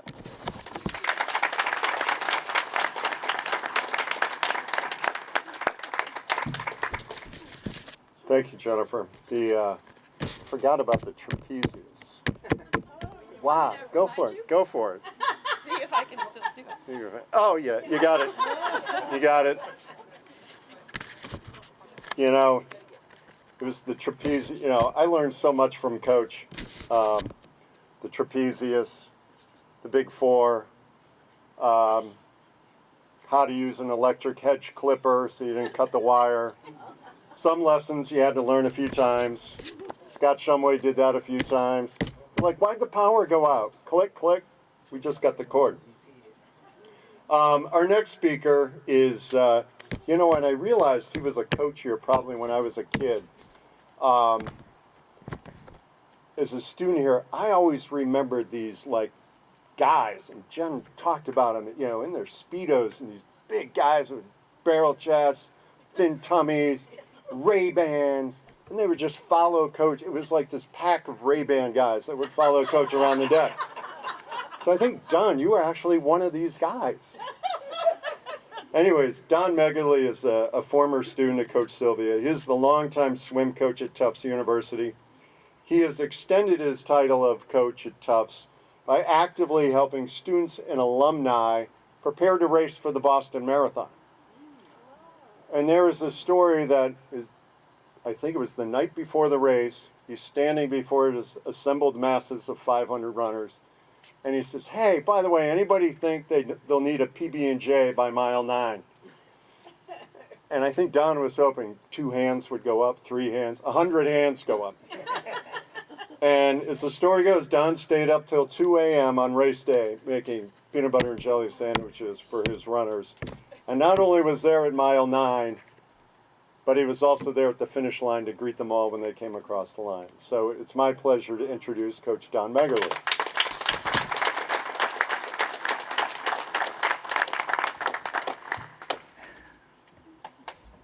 Excuse me. That's a pretty much a true story, what was just said by Doug. What happened was the night before the marathon, we have a traditional team dinner with about 400 to 600 people that attend, parents, friends, faculty, staff, and all the runners. And I did make that mistake because PB&Js were a big thing several years ago, and we had 100 and 98 on the team that year, official runners with charity bibs. These are not qualifiers. These are people that raise funds for Tufts University. And I said, I thought, gee, maybe some might want a PB&J tomorrow morning at mile 9. How many would? And several, I mean, maybe about 150 raised their hand. So I went out to Stop and Shop. I bought everything imaginable, PB&J. I stayed up all night long making these PB&Js. And you know how many runners took the PB&Js? Two. And I said, next year, you sons of bitches, don't take any PB&Js. I'll be throwing them at you. I'll be doing all kinds of things at you. But my time with swimming really was started here, and I want to get into it in just a moment. And then after 33 years, I decided to retire and move on to maybe back to Rochester, New York. President at the time said, why don't you coach our marathon team? Didn't know we had a marathon team. That was in 2004. And since then, this will be my 18th year as a coach. We've put through over nearly 2,500 runners that have successfully completed the Boston Marathon and raised a little bit more than $15 million for the Freeman School of Nutrition. All the money goes to them. I get squat. All I get is a PB&J, and that's all I get. But Dave and Sue and Jen and Deb, you captured Pine Knoll. I mean, I got goosebumps just listening to you folks. My approach is a little bit different because I want to talk about people whose lives were impacted by Coach Sylvia. I've never met Coach Sylvia, but I want to take my time just for a moment to read a couple things. And I also reached out to a few former Pine Knollers, Springfield College swimmers, All-American, national champions, friends of Coach, to just share with me a little bit in an email about the relationship with Coach. Some of them are lengthy, and I want to read some of the highlights here, and I think they're pretty good. My dear friend, Ed Reed, who was a swimming coach at Tufts for 5 years, and in his 5th year, he was offered the position at Brown University. And that fateful day of 1971 in the spring, he called Coach up, say, you got anybody on the staff that would like to apply and work as a coach at Tufts University? As fate has it, I walked into the den the moment that conversation's going on. And all of a sudden, Coach said, hang on, Ed. Don, how would you like to coach at Tufts University? I said, terrific. Where's Tufts University? True story. And that was 1971, and this fall will be my 51st year at Tufts University, and I've got Coach and Ed Reed to thank for that. A wonderful true story. So the first email I'll read from Coach Ed Reed, who's up here with his wife Andy from Alabama. I got a telegram the day of my first ever varsity swimming meet at Tufts University, 1966-67, which says it all for Coach's influence on my coaching career. Quote, proprioception, exteroception, the words ring loud and clear. Self-induced hypnosis is another phrase we hear. A career begins this afternoon after many a rugged rehearsals. Good luck, Coach Reed. We'll all be there to swing free and be inertial. I've had that telegram framed with a picture of the team in my office for many, many years. Very grateful for the basic principles that Coach taught me through 5 years at Springfield College and 10 at Pine Knoll. Ed Reed, former captain, All-American, and New England champion. And I personally owe it all to you, Big Ed. I really do. Second here is from a 2-time national champion, Tim Allen. I haven't talked to Tim, gosh, since he graduated, but a couple of weeks ago we got on the phone together. And I got to tell you, Tim, your kids have just, I marveled at what you told me, their success in life has been. Just extraordinary story, extraordinary. These are Tim's words. My relationship with Coach Sylvia. I had been coming to Pine Knoll since 1968. I loved the sport of swimming since I was a very young boy. My father decided to send me to a swim camp, and I ended up at Pine Knoll in a competitive swimming paradise. And I like that word. Coach Ed Reed was my first coach, which sure got me off improving. The first time I met Coach, he scared the bejeebers out of me until one day he spoke with me about what it takes to become a good swimmer. I'm sure Coach saw in you what you became later on at Springfield College, Tim. He was concerned and passionate about the way I was swimming during the 4 p.m. 100-yard repeats. At that point, I wanted more information, and over the next 15 years, there was plenty of it, and beyond. His personality was unmatched, and it was amazing how he could gather his college swimmers together and have us in stitches laughing. Coach became more than just a coach. He became a good friend, and his advice was always available to me during my coaching career. Tim, thank you, and you're here today, and that says it all about our relationship. Thank you, Tim. Jim Filippo, another very, very dear friend. One of the funniest guys, along with Eric McDonald and Coach, that I know today. Any one of them could just leave me in stitches, and I think about our conversations with Eric and Jim and Coach daily. Jim wrote, "When I think of Coach, I think of the following. When I entered Springfield College, never did I think that I would meet a man who would have such a profound impact on my life. Coach made me feel all the more intelligent, confident, and compassionate. Because of his guidance and direction, I still feel highly motivated to teach and help young people. He gave me the understanding and confidence to know and feel that my message to the athletes I coach is grounded in sound scientific principles." And boy, don't we know that. "He is still with me daily. His influence in my life as a person and as a coach has been truly remarkable. You just can't measure his effect. I am so grateful that in my life journey, I had the opportunity to learn so many amazing lessons. Thank you, Coach." Jim Filippo, All-American 400-yard medley relay. Thank you, Jim.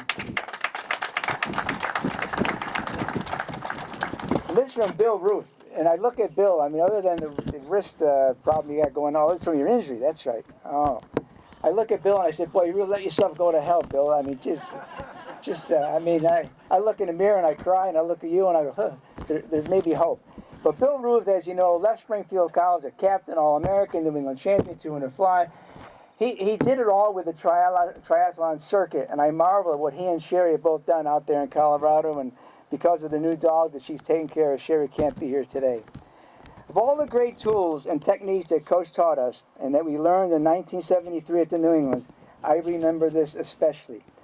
I was seated first in the finals of the 200 fly, and I have all these things going through my head before the consolation final, actually the championship final, before it started. Bring it home on the end.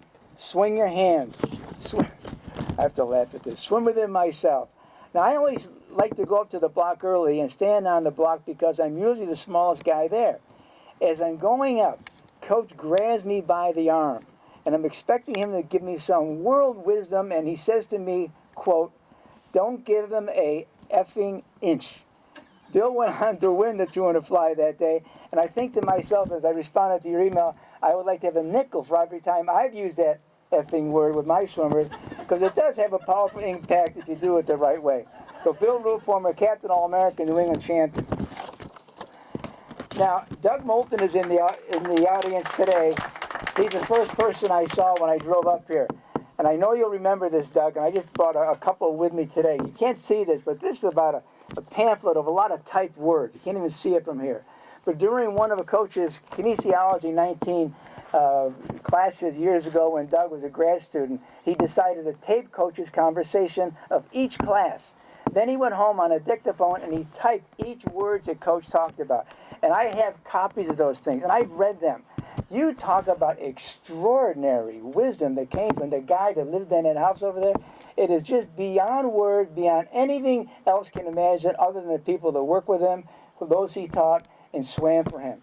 And in my life, my only regret is I never swam for Coach. I applied to Springfield, I wasn't accepted, which probably was a good thing because I went to Bethany College with my mentor in high school, Tom Grawl. And he sort of taught me certain things, and he brought me along to come to Pine Knoll and Springfield College Graduate School, but he really got me ready for the big guy. And when I met him in front of the snack bar in 1963 that summer, I remember asking him, "Had you seen Coach Grawl around, Coach? I need to see him." And he turned to me and said, "I haven't, Don, but if I do, I'll let you know about it." And I walked away and I thought to myself, he remembered my name. How did that guy do that? 1963, I remember it like yesterday. Now, if you'll just indulge me a little bit, I want to go back to some of the prepared comments I have here today. I arrived on the campus of Pine Knoll for the first time in the summer of 1963. You see, at the tender age of 17, I already knew everything there was to know about everything. My view of life was distorted, but wonderful. Needless to say, I was disabused of this misconception in short order, and spent several years taking full advantage of the superior experiences that Pine Knoll Swim School and Springfield College had to offer. The most valuable and largest contribution to my treasured Tufts education was actually derived from a man known as Charles E. Sylvia, a.k.a. Coach, at Springfield College, 105 miles east of Boston. When someone calls you Coach, they have paid you the highest form of respect and more than a hint of pride filled with gratitude for having a connection with such a great man. And in return, as Coach would always do, he would give you his full attention. His life was the epitome of the following quote: "The people you lead do not care how much you know until they know how much you care." He taught us how to treat people better than anyone else could have. Pine Knoll Swim School, as Jennifer said, was an environment where we enjoyed moments with the most energetic, funny, compassionate, knowledgeable, and loving men and women known to man. During my time at Pine Knoll and later at Springfield, I attended Coach Sylvia School of Life Lessons, particularly as a grad student from 1969 to 1971.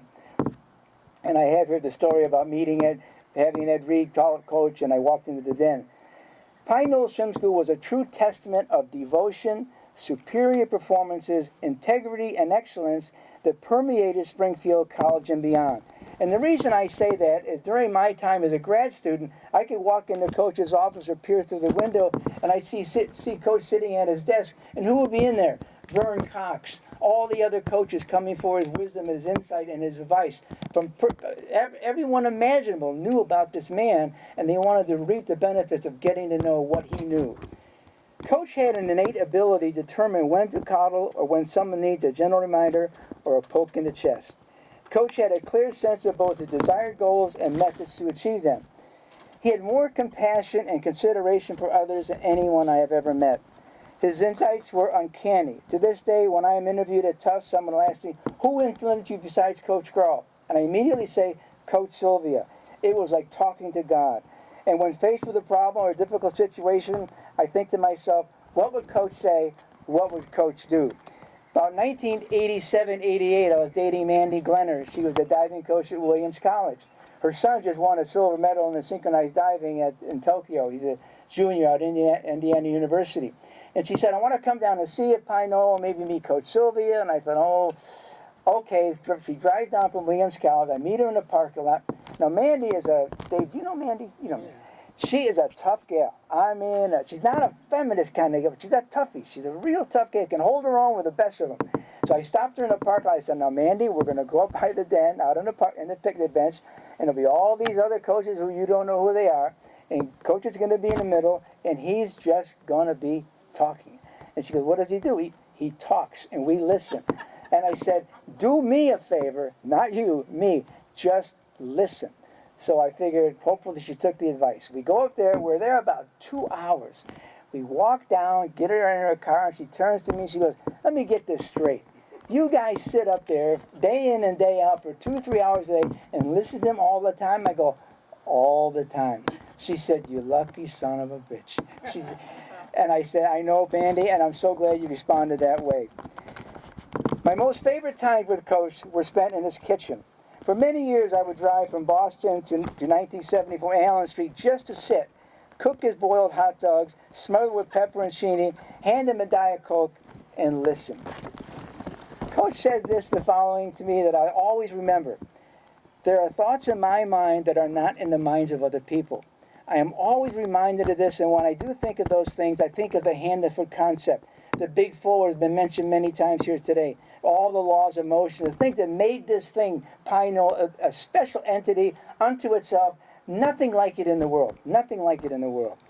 Coach had a dogged determination and exceedingly positive outlook on life, inspired legions of loyal friends. To quote him, "Never harbor any negative thoughts."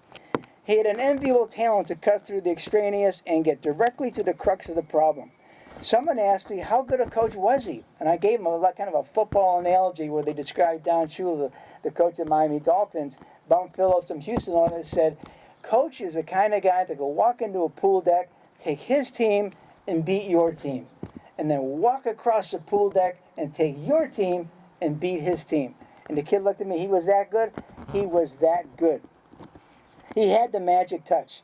The daily schedule of Pine Knoll was very special. First, as mentioned before, the flag raising.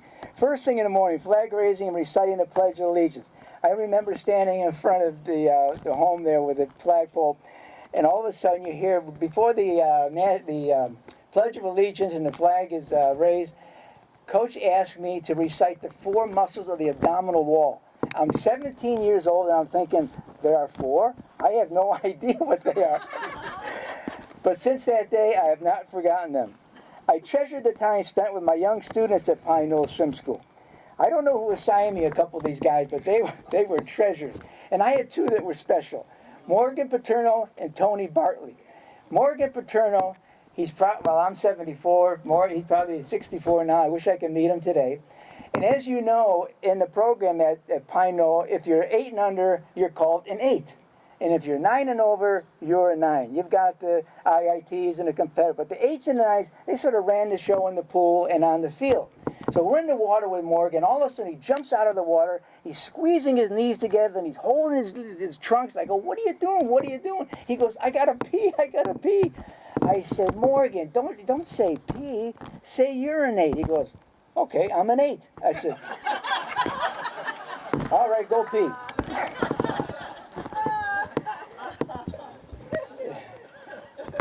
Another wonderful student I had, by the good glory of Coach, I think, I had David Yorzik for a couple of years. And I have a great picture. Is that in there? It's in the book that you have, and it's a picture of David sort of just stepping out of the water in my lane 4, and I'm bending over talking to him. So one day, Coach decided to bring the entourage from inside the house out to see the progress of David Yorzik, my student, Coach Don's student. So David's swimming back and forth, and suddenly Coach decided to ask David all the things he remembered about the Big Four. And Coach says, David, tell me about the Big Four. David looks up, the big what? and I'm looking at David, I look at Coach, I'm thinking, I'm a dead guy. I will not see daylight tomorrow. I said, Dave, if he asks you again, make something up. I mean, my life is over. And I remember Coach said to Dave, who's your coach? And David smiled, Coach Don, he's right over there. Oh my God. Oh. My entire basis, though, for training, whether it would be the swimmers or now with the marathon team, really started here at Pine Knoll. And before I got to Pine Knoll in 1963, my coach, Tom Megerle, shaved our high school swimming team in the fall of '62. We were going to swim Eastridge High School in Rochester, New York, and we maybe were one of the first high school teams to shave in the United States. And as you know what shaving does, it's profound experience. We swam very, very well. So I come here, do the training as an IIT for 6 weeks, and I go home to Rochester, New York. I don't swim for about 6 weeks. No training, just hanging out with my friends, doing what young kids do. And I decided to enter a swim meet in Webster, New York, a time final. Hadn't been training, but I had my razor and my shaving cream. So I bring it out to Webster, New York, and in the bathroom there, no warm-up, no getting ready for the meet. I shaved down, and I went on to win 4 individual events, all my best times. Now, you may think that's not a big deal, but to me, it was a real big deal. And it laid the foundation and the groundwork, as I say to our runners, I always say to the swimmers, less is more in the long run. And these kids buy it, and they've done quite well. Coach was my inspiration to seriously explore the shaving down experience. His guidance and support meant everything to me. Whether it be in Maine or Ohio or Florida or Minnesota, across the country, I would always talk about, I put his initials, CES, always talking about Coach. It's not coming from me, it's coming from the big guy. This is what he believed, and this is what you have to do to improve. And I was doing a camp here in Ohio at the Total Performance Swim Camp at Kenyon College. And one of the young kids came up to me after the lecture, about a 2-hour lecture, and the kid says to me, goes, you don't sound like my high school coach. I said, well, how old is your high school coach? He's about 21. I looked at the kid, well, he's just making it up. And the kid said, yeah, I kind of thought the same thing. As much as Charles E. Sylvia impacted our lives, there are several swimming coaches and researchers who were influenced and they never met him. I mean, how is it that a guy like me can take his best swimmer, Jim Wong, a national champion, New England record holder, in 1982 was, 20.8 in the 50 45 1 off a relay, 57 breaststroke. He was a pretty good swimmer. And prior to the New Englands in the 100-yard freestyle, about 1986, he comes up to me, he goes, Coach, we have a problem. I go, well, what's the problem, Jim? He goes, I lost my stroke. I go, you did? I said, where is it? He goes, well, I don't have it. I said, I know where it is. It's probably in the locker room. Let's go look in the locker room. So I get on the phone with who? Coach Sylvia. This is 15 minutes before the 100-yard freestyle. He's in Coach's office talking to Coach about his stroke. He goes out there, wins a 100-yard freestyle. My administering of over 90 national meets, which include all Division III, men and women, Division I, 7-8 years on the Rules Committee, 20 years executive board of college swim coaches. I met all the big guys, all the big boys in swimming. But the guy that really knew what was going on was right behind us, Charles Eaton Sylvia. The following coaches never met. Ernie McGlishko, and those people that are swimming aficionados here, swam know the background of research. Ernie McGlishko was an extraordinary coach. He was an extraordinary researcher, and he came to grips with this Sylvia thing. Because every chance I would see Ernie, whether at nationals or conventions, call or text back and forth, I said, Ernie, just look at all your research. It's all there. You got to give Sylvia credit. It's all black and white. You go, no, my wife said it's not there. There's no rounding off in swimming. It's all sculling. I said, Ernie, it's adduction. You've got to go back and look at this stuff. It's 1996. We're at Park City, Utah for the College Swim Coaches Convention. He calls me up. He said, you're going to be there, Don? I said, I'll be there with putting the show on. He said, be in the front row because I'm going to make an announcement that you're going to enjoy. Ernie gets up there and he says to the multitude of probably 200-300 college and U.S. swimming coaches, he said, Sylvia was right all along. And I have in the booklet that we prepared for you, there's a World Swimming Biomechanics conference where Ernie talks about it in length. He wrote books, Swimming Fast, Swimming Faster, and Swimming Fastest. And he inscribed the third book, which he sent to me. He said, Dear Don, thank you for being my dear friend all these years while I was a real, he didn't use the word, but I will butthead about Coach Sylvia. The only regret he has is that I never swam for the man. Steve Youngblood never met Coach Sylvia, but he's heard his words loud and clear from me. We went to Total Performance Swim Camp together. He swam at UMass Amherst. He coached at Amherst. He coached at Colgate. I spoke with his team. I've been out there with him many, many times. And I would just harp on this, Coach Sylvia, Coach Sylvia, Coach Sylvia. He was going to get fired from Colgate University. And in the meantime, he gets hired by University of Florida to be the assistant head coach. So he takes the job. Who does he go down there and get a hold of? Caleb Dressel. How did he turn out? Pretty good, pretty good. After Caleb won his first gold medal in Rio, he came home to Steve Youngblood and gave that gold medal to Steve Youngblood. 4 years later, he goes out to Tokyo, wins another, 4, 5, 6 gold medals. And I wrote Steve just a few weeks ago before this talk. I said, Steve, I want to get up there and tell everybody the impact that Coach Sylvia, the Big Four, and what you learned from me talking about him really did for Caleb Dressel. He said, oh, absolutely. And I want to read it to you. I hope I have. Oh, it's probably in another, too many documents. But essentially what he said, his entire approach to swimming technique was the Big Four and Coach Sylvia. Who else did pretty well? Bobby Fink. What he won, the 400 and 800 meter freestyle? These guys are setting world records, and what they did all based on Coach Sylvia. They don't know Coach Sylvia, but they knew what he preached. Oh, yeah, excuse me, I apologize. I got too ahead of myself. You've been a big influence on my life. Thank you for that. Everything I do as a coach in respect to technique revolves around the Big Four. I have a series of drills that range from simple to more and more complex that the swimmers go through in stages. That has evolved into other, quote, drills that, although varying terminology is used, all have the goal at arriving at the same destination. The ones who listen really well, understand it, and execute it well. At the foundation of it all lies the Big Four. Miss you, Don. Hope you're still smiling. Steve Youngblood. Joel Stager. Who's Joel Stager? Joel Stager is one of the renowned researchers at Indiana University.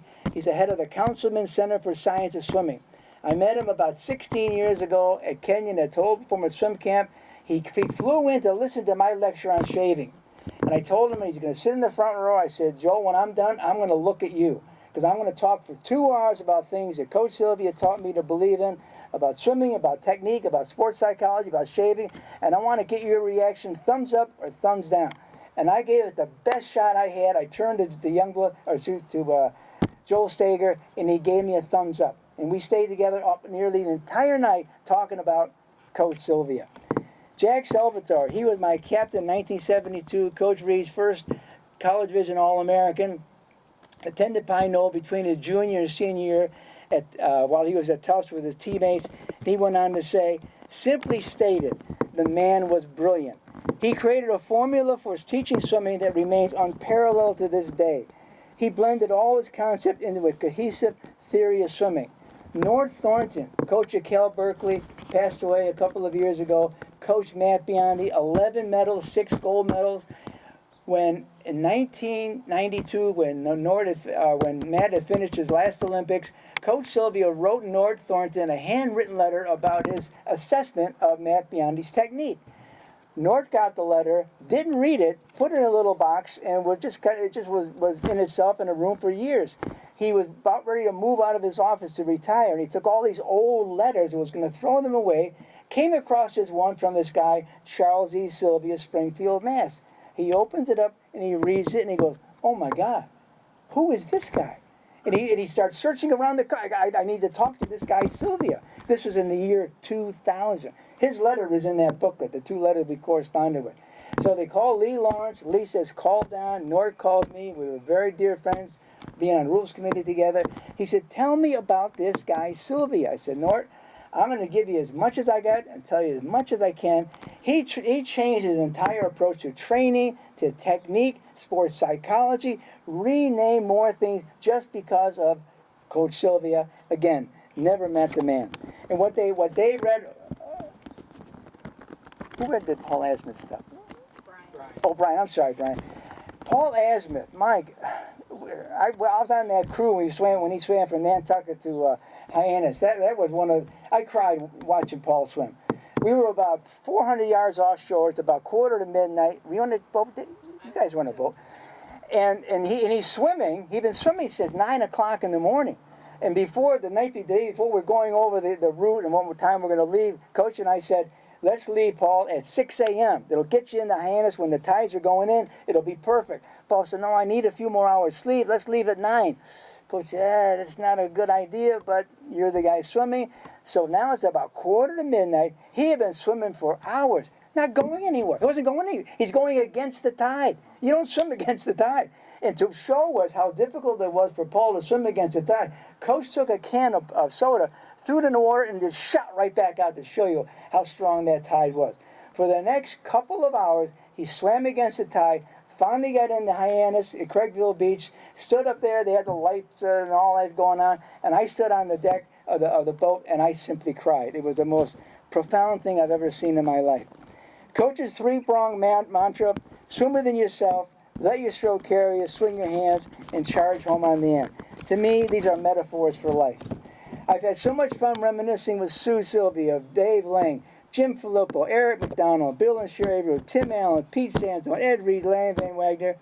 I thank you all for being my friends, and our dear friend who really the cohesive guy that keeps it all together, the glue of it all, is Coach Sylvia. And Sue and Dave and Jennifer and Mrs. Yorzik, what you have done, and I apologize for not being here last night. I had a couple of things to get to. If you know what a GBC binder is, those little suckers, it takes a long time to put those things together. I had no idea it was going to take that long. But thank you, Sue, for allowing me to be here, and thank you all the guests. And again, I think of Coach every day. He always is, he always will be, and he's not only my dear friend, he's our dear friend. Thank you very much.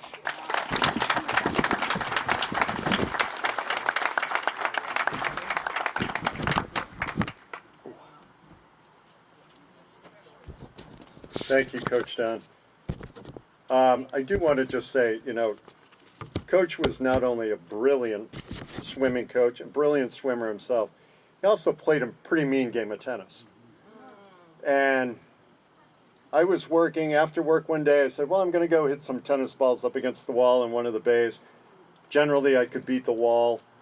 And he's up on his top court, and he looks down and he goes, "Bruce, come up here." So I walk up. I got my little wooden racket. He goes, "I'm waiting on my friends. Let's warm up a little bit." I'm thinking Coach at that time is in his 70s. This should be kind of easy. I just took the wall. I can probably take Coach.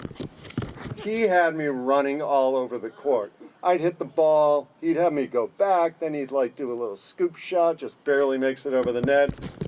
I played Coach once. That was enough. Next up is Coach's granddaughter, Katie Lang. I'm going to save some of my best introduction when she comes up again.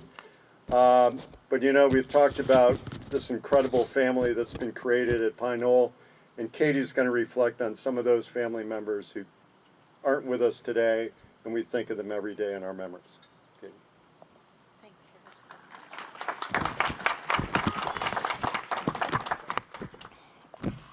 A little humor before I go through our list of those who we want to remember who cannot be with us and who contributed to the success of Pine Knoll.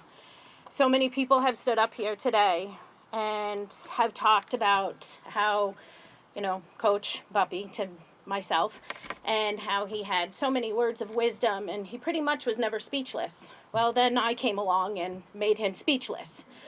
I was the age of 3, twirling around in the Pine Knoll pool with my egg on, and he came over. Caitlin Ruth, what are you doing? I'm urinating in his pool. So, yes. So it was me that truly made Buppy speechless. Also, with talking in memory of those who cannot be with us, we know that you're all here, smiling down, watching over us, and really making sure that this weather held out and we were all able to be here together. So as I begin with Coach Charles and Ruth Sylvia, a.k.a. Buppy and Ruthie. Dr. Robert Emery, Dr. John Priblo, Dr. Richard Scott, Earl and Dot Harvey, Charles and Mary Gray, Dr. James and Roberta G. Deering, Dr. William Yorzik, David Yorzik, Jane Page, Dr. Richard Levesque, Dr. Kenneth McEwen, Dr. Ray Levesque, Dr. Joseph McAvoy, Bruce Kurtz, Nancy Samuelson, Coach Tom Grawl, Coach Bill Lawson, Coach Lee Lawrence, Coach Charlie Budd, Dr. Patricia McDiarmid, John and Phyllis O'Brien, Jean and Gail Wisbicki, Jean Buzzy Wisbicki, Philip Laurel, Harry and Marie Kilman, Norma and Nick Paquette, Bob Nelson, Walter Jackson, Gary Camus, Ed and Pauline Smike, David Kaner, Jimmy Stone, Bummy Stone, Ed and Ruth Shea, Raymond Marr, Dr. Kenneth Robbins, Greg Robbins, Dr. George Franklin, James and Eleanor Lang, Ken Runquist, Andrew Grimaldi, Bruce Watson, Dr. Ray Smith, Mindy Cram, and Coach Sam Fries.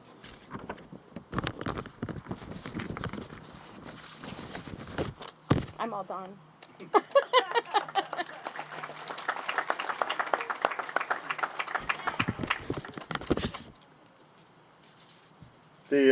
The next item on the agenda is the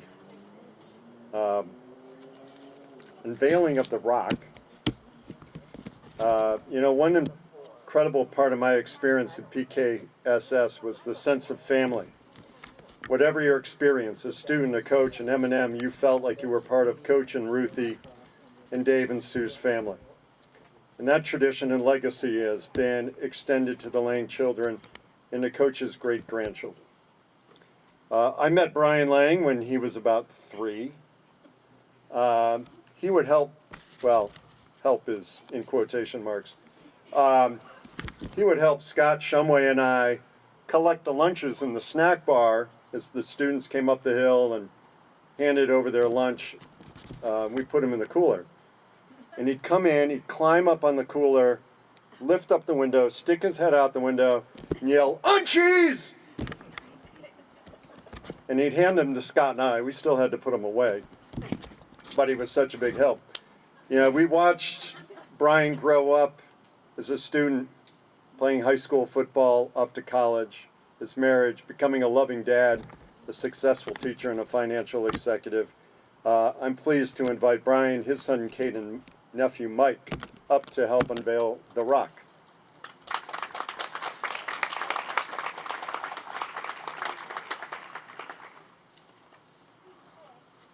I want to hear more of those stories, by the way. So All right, gents, you ready? So why don't you slowly take that off, and I'll read the inscription. Let's see if it's on the other side. Yep. So there is. Oh.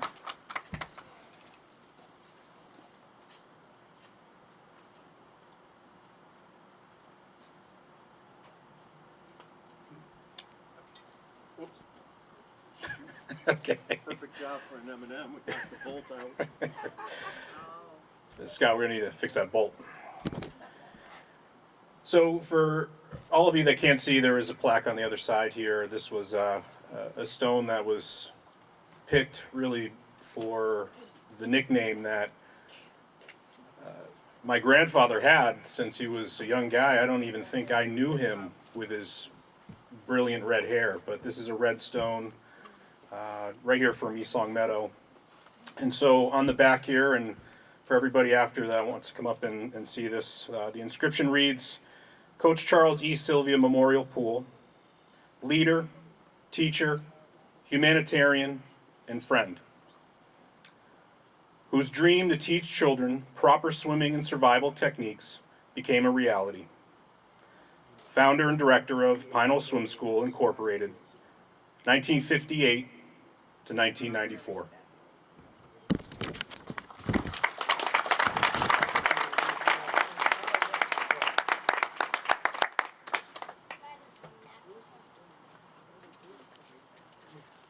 What can I do? You're going to talk about that sign down there, and Scott and the others need to go down and take that off, and then, or at the beginning, could you read that? Okay, sure, absolutely. This next part of the program involves a group of us who were very lucky to work here. We were called M&Ms. I'm not quite sure what that meant. Some days we felt like it meant maintenance morons. But if you have wielded a sander, you've cleaned a bathroom, you patched a tennis court, strapped an egg, we're still washing bikini blue dust out of your hair in October, you were one of the elite PKSS M&Ms. I know there are several here today.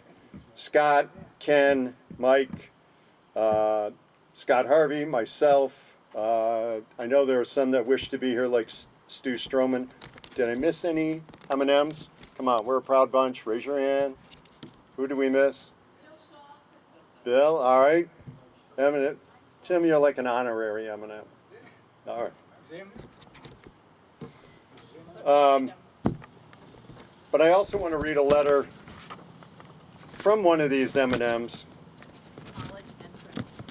It's his college and mission essay. And it's called A Big Voice in My Life. The first time I heard Coach's voice, I was just out of diapers, and it came booming from a giant. A 6'3" wow, he seems so much taller than that. Barrel-chested, 70-year-old, he towered over me at that first meeting almost 15 years ago. Now in his early 80s, he still commands my attention with both his physical stature and his resounding presence. Coach Sylvia has always been a big voice in my life ever since that day. Nationally known for his coaching and teaching, Coach Sylvia has been awarded the honor of Distinguished Professor Emeritus in Physical Education and Kinesiology, and has received an honorary doctorate in his field. He has been owner and director of Pine Knoll Swim School. However, that coach has influenced my life. Pine Knoll is a summer swim camp located in Springfield, Massachusetts. It is here that I have spent the last 15 summers of my life listening, obeying, and learning from him. As a staff member of Pine Knoll for the last 6 years, they have grown and developed under Coach's scrutinizing eye and bellowing voice. Through the use of a loudspeaker, which always seem to be everywhere, the voice of Coach has become even louder. On any given day, the words, "Scott Harvey," can be heard booming over the public address system at Pine Knoll. "Scott Harvey, have I gotten a pool report from you today?" Working for Coach has helped to develop my sense of responsibility. At Pine Knoll, I'm in charge of the pool and chemicals, and I have to follow state regulations to keep the pool open. If the job doesn't get done properly, the pool will be closed by the state. Scott Harvey, how are Tim and Brian doing? That's you, right? Oh, nice.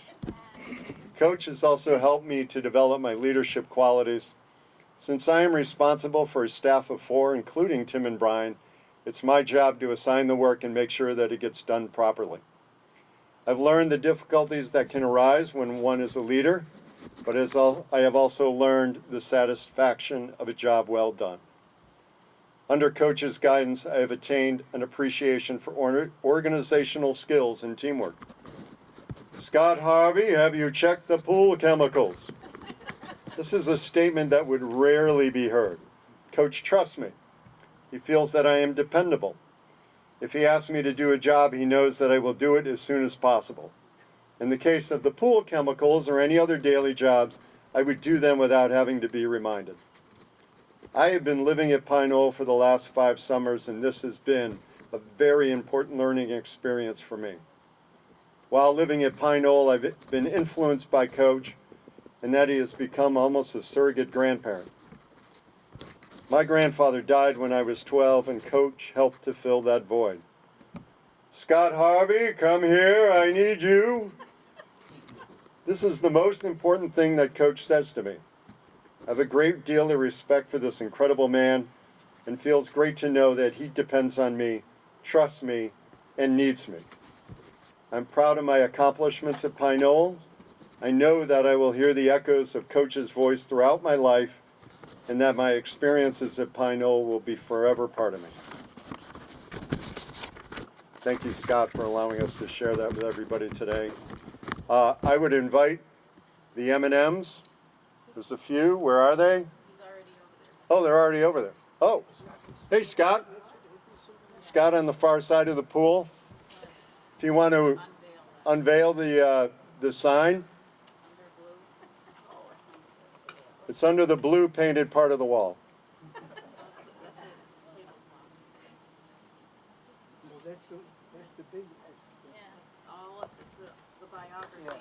There it is.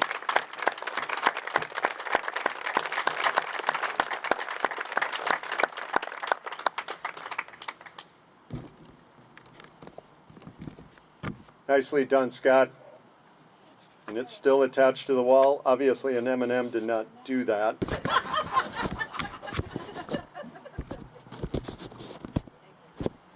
I'd like to invite Katie Lang Witowski back up for the unveiling of the bench. We got to know Katie. She was, wow. She was really active as a young child. But again, we kind of looked at her like she was our little sister.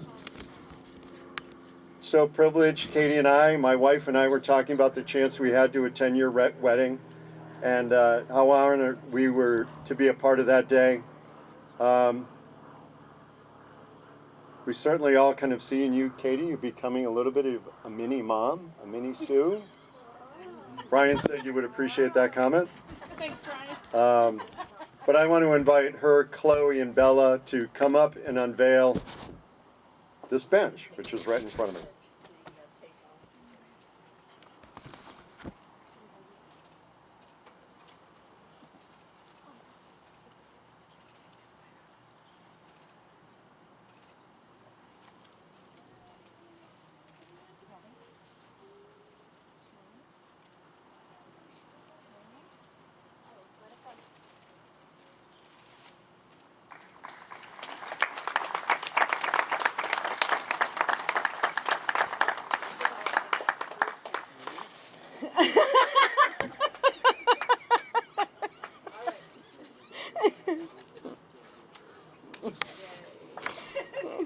Do you want to stand here with me?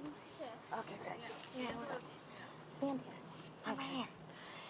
The inscription for Ruthie's bench is, I want to say she was the glue to Puppy. I feel that she almost was in the background a lot, even though she really controlled him and made sure he was always where he should be. But her inscription says, "In loving memory of Ruth E. Sylvia, whose unselfish devotion and love of children were ever present at Pine Knoll Swim School, 1958 to 1994.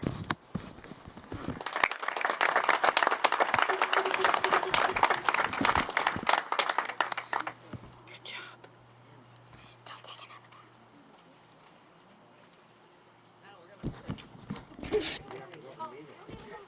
This is the audience involvement part.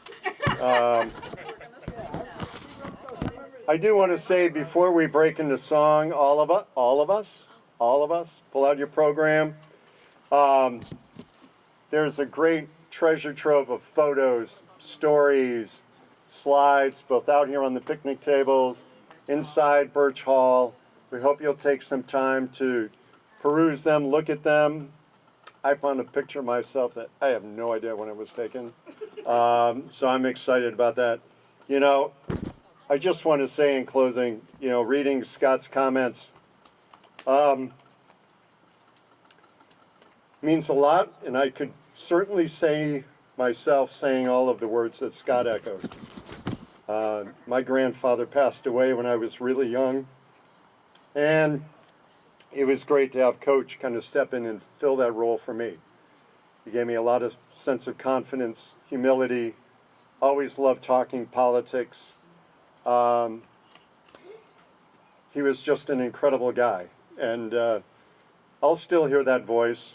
Hopefully it won't be while I'm burning something down, but his impact on my life is immeasurable. So in advance, thank you all for being here. Thank you all for making today happen, because without all of you, we would not be remembering Coach, Red, and Ruthie, and thinking about what they provided all of us and what they provided the town of East Long Meadow, which is so fortunate to have this incredible piece of property for generations to come. So I'm not doing this by the mic by myself. I'll do it. Katie, come on. And Brian's got a big, good baritone voice. He can come up here too. Excuse me, I typed the program, so I made sure And- we all were in attendance And for Katie this. typed the program. This is great. Brian, come on. There. Baritone, warm up the pipes. The lyrics, I don't know why she did not win a Grammy for this, were written by Ruthie Sylvia. The melody is This Old Man. Let's hope we all know it. Come on. As Lawrence Welk would say, and a 1, and a 2, and a 3. Pine Knoll School, swimming school. What? All right. Oh, you got music. Okay, all right. I didn't know that. We'll run that from the top again. Here we go. Dave gets walk-up music, and now we have. What's he gonna do? Yep. Pine Knoll School, swimming school. This is where we learn to swim with a kick. I'm not hearing the audience. Let's go, folks. Back here at Pine Knoll Swimming School. Pine Knoll School, swimming school. This is where we learn to dive with a 1, 2, 3, and hurdle off we go. Diving in the Pine Knoll School. Pine Knoll School, swimming school. This is where we have the fun, learning all the skills and all the theories too, here at Pine Knoll Swimming School.